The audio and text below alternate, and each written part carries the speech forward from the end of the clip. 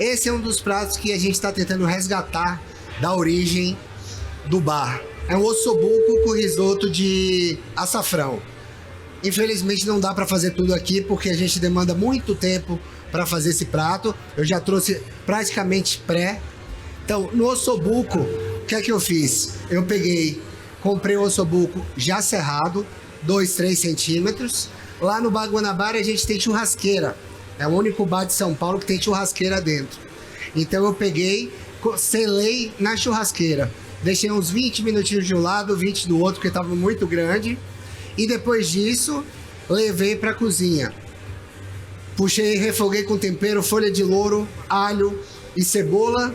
Vinho tinto, deglaciei, coloquei ele, reduzi bastante isso, coloquei um molho de tomate e levamos por mais ou menos 3 horas. E não sei se dá para pegar aí na câmera mais ou menos como ficou. Deixa eu ver se consigo mostrar. Vai aqui. Então ele tá derretendo já. Eu tô aqui só mantendo aquecido. Mas tem diversas formas da gente fazer. Eu poderia fazer ele no forno também. Manter ele em uma temperatura baixa durante muito tempo e ficaria igual. Conseguiria fazer também num processo chamado sous vide, que é cocção a vácuo. Então, eu colocaria ele a vácuo, baixa temperatura no termocirculador ou no forno combinado no vapor, conseguiria manter a mesma essência, a mesma qualidade. É um prato típico de Milão, na Itália, é a canela do boi. Então, é um prato muito saboroso, mas realmente demanda muito tempo. Então, aqui eu também já vou... A gente que trabalha com restaurante, a gente tem uma coisa que a gente fala que é o prato à la minute, que é o prato que a gente faz na hora. O cliente pediu e a gente montou. Tem coisas que a gente não consegue fazer na mesma hora. O ossobuco é um deles, então a gente prepara com antecedência. A feijoada a gente prepara com antecedência. O risoto, quando você tem uma escala muito grande para fazer risoto, você consegue fazer o pré-preparo do risoto. Como é que você faz o pré-preparo do risoto? Você pega, lê as instruções do que tem no rótulo, você fala 14 minutos. Caldo de legumes, vinho branco, durante 7 minutos. Você faz aquele pré, depois você resfria, se tiver condições no ultracongelador, resfria ele, deixa em temperatura resfriada. Você vai poder usar ele durante 4, 5 dias. O ideal é 3, mas até 5 você consegue usar. E na hora de finalizar, você vai economizar 7 minutos do prato. Então aqui eu já tenho um pouco de manteiga com vinho branco. O meu risoto, o arroz arbóreo do risoto, eu já dei uma pré nele, então o tempo, a demanda dele vai ser menor. Eu vou conseguir atender meu cliente com mais rapidez e mais agilidade. Então aqui eu já tenho ele. Vou colocar aqui.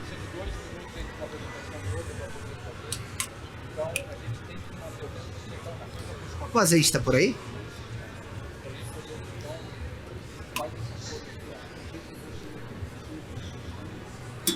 Como eu estudei na Itália, a gente gosta dos pratos com bastante gordura, bastante manteiga, bastante azeite. Então a gente vai fazendo isso com maestria na Itália. Então aqui eu já vou finalizar enquanto eu estou aquecendo o meu ossobuco, tá? Achou? Eu trouxe. Não, ele veio numa garrafinha. Não, esse é o vinho. Então não tem problema, aqui vai dar certo. Então o risoto eu vou sempre fazendo o quê? Vou regando com caldo de legumes e vinho branco, até chegar no meu ponto. Aqui eu tenho vinho branco também. Esse pré do risoto a gente consegue fazer até no forno combinado. Você pega uma GN, uma cuba. Tem aquela cuba aqui que eu trouxe para mostrar pro pessoal. Você pode pegar uma dessa 1/1, que é a grande que vai no forno, coloca o arroz arbóreo, cobre com vinho tinto, vinho branco, desculpa, e o caldo de legumes ou de frango, dependendo do que você vai fazer, e você consegue também já dar esse pré nesse risoto, tá?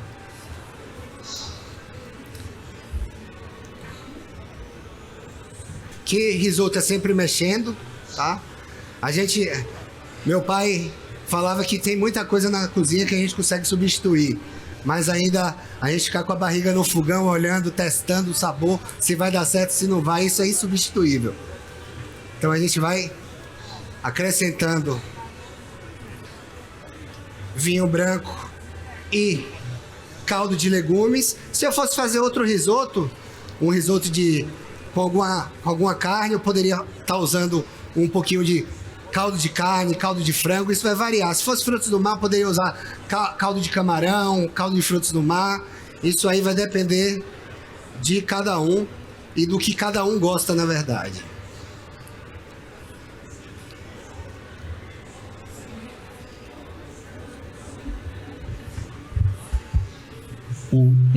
Para quem não sabe onde fica o restaurante Guanabara, Rafael, por favor. Guanabara fica na Avenida São João, fica quase no Vale do Anhangabaú.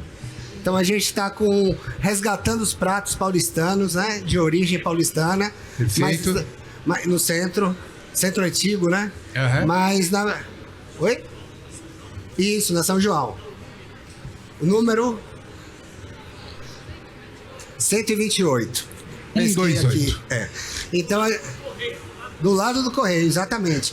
Então a gente está resgatando alguns pratos típicos paulistanos, tá? Para um, para dois, dá para dividir, para compartilhar.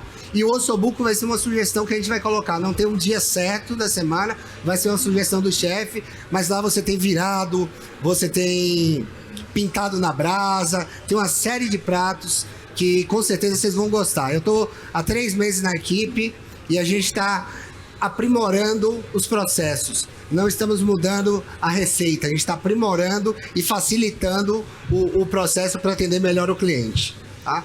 Aqui mais 2 minutinhos, meu risoto está pronto.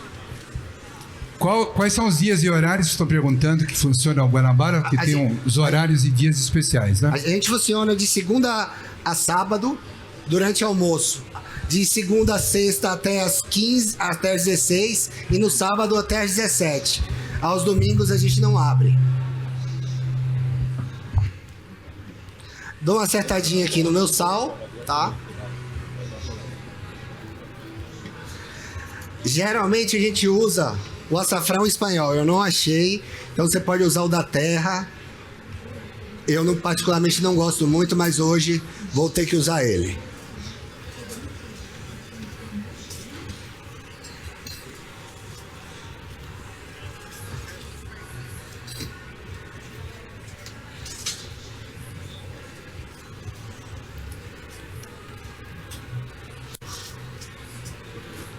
Vou pôr mais um pouco aqui, só para finalizar. Não tô ouvindo.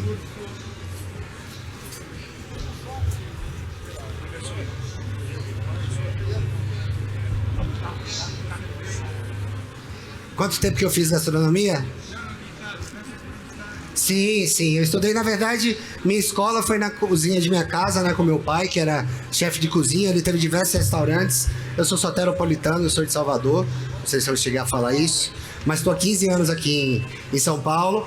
E aí, durante uma das viagens de meu pai, eu fui para a Itália, e aí eu ganhei um curso de gastronomia, porque na época não tinha gastronomia em Salvador.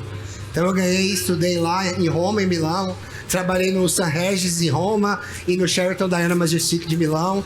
Então foi uma experiência bacana para quem não tinha tanta bagagem assim. Voltei, trabalhei com empresas de equipamentos de cozinha, trabalhei com a Rational, com a NG Food, e depois eu resolvi abrir meu restaurante, que eu saí da sociedade agora em janeiro e agora estou nessa nova jornada junto com o Guanabara.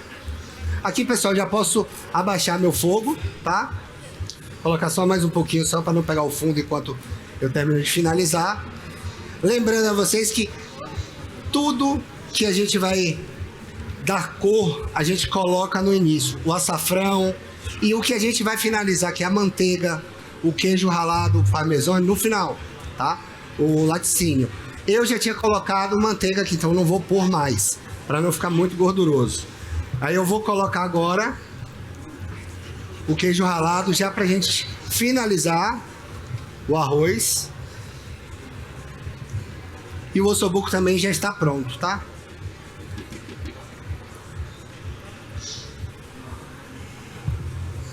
Muito bem, chegando mais alguns chefes. A Rede Nacional IN presente conosco. Casa do Saulo também presente conosco. Hilton Morumbi, Hilton Jardins, Rede Norte-Americana de Hotéis, melhor da gastronomia nacional e internacional. Tem uma colherzinha aqui. Rafael, quais são as 5 dicas básicas para fazer esse prato lá em casa?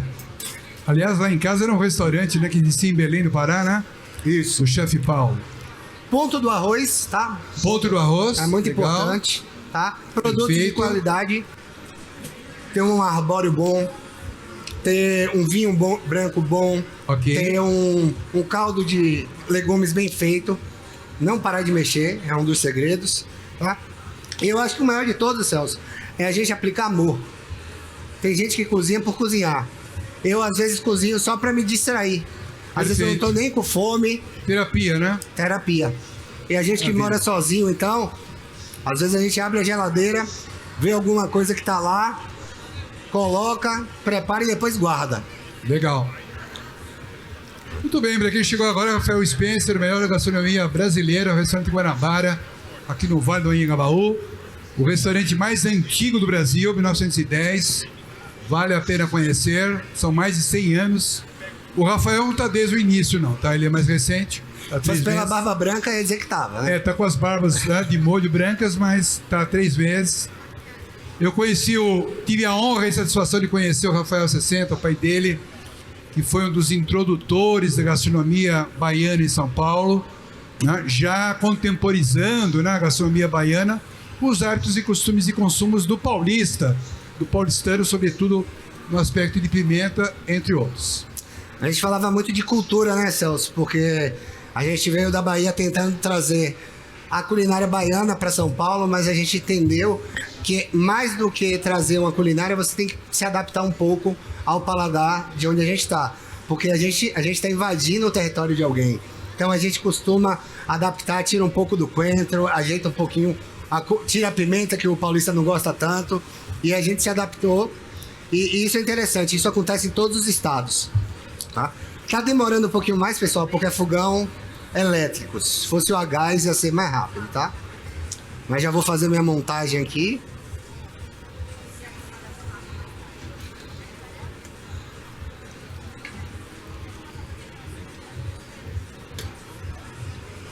Meu pratinho. Você pega esse talher, por favor?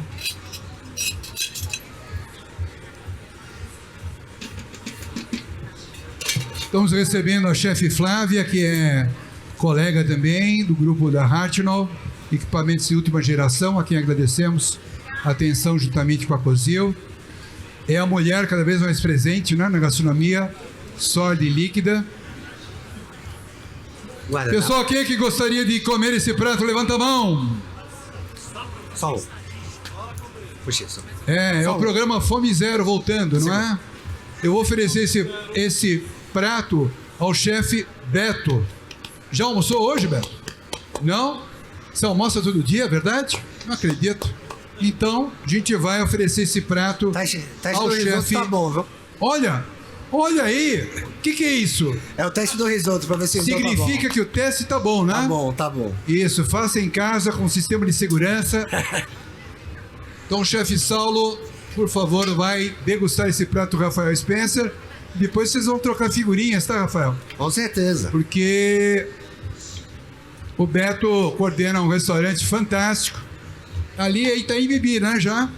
Itaim Bibi, casa de Saulo. É casa de ou do Saulo? Uma colherzinha do Saulo. maior. Muito Colher legal. grande. A proposta também Pode ser essa aqui.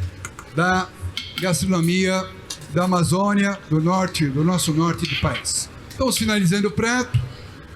Daqui a pouco eu quero que você mostre, né? Porque a estética do prato faz toda a diferença. Quanto custaria um prato desse hoje, né? Dentro da política de preços ali na região do Vale do Anhangabaú, nos restaurantes gourmet como o nosso Guanabara? Esse prato, na verdade, o custo dele não é alto, né? A gente tá falando de uma carne que não é tão bem aproveitada aqui no Brasil. A gente usa muito pouco o ossobuco. Mas um prato desse para 2 pessoas, que eu fiz aqui individual, está falando de 120, 130 reais aproximadamente, não mais que isso. Deixa eu dar um toquezinho aqui. Mas é um prato de resistência, né? Total, total. Esse é um resgate de... Eu, se eu almoçar esse prato no Guanabara, eu vou ficar sem jantar 2 dias. E vou a pé até Tupã. Quantos quilômetros até Tupã? Quanto? 500. Jesus. Esses chefes estão à disposição da federação. Eu comando hoje o departamento de treinamento, diretoria de treinamento e capacitação da federação. Todos eles estão dispostos a desenvolver atividades por todo o interior de São Paulo e região. Aqui já finalizamos.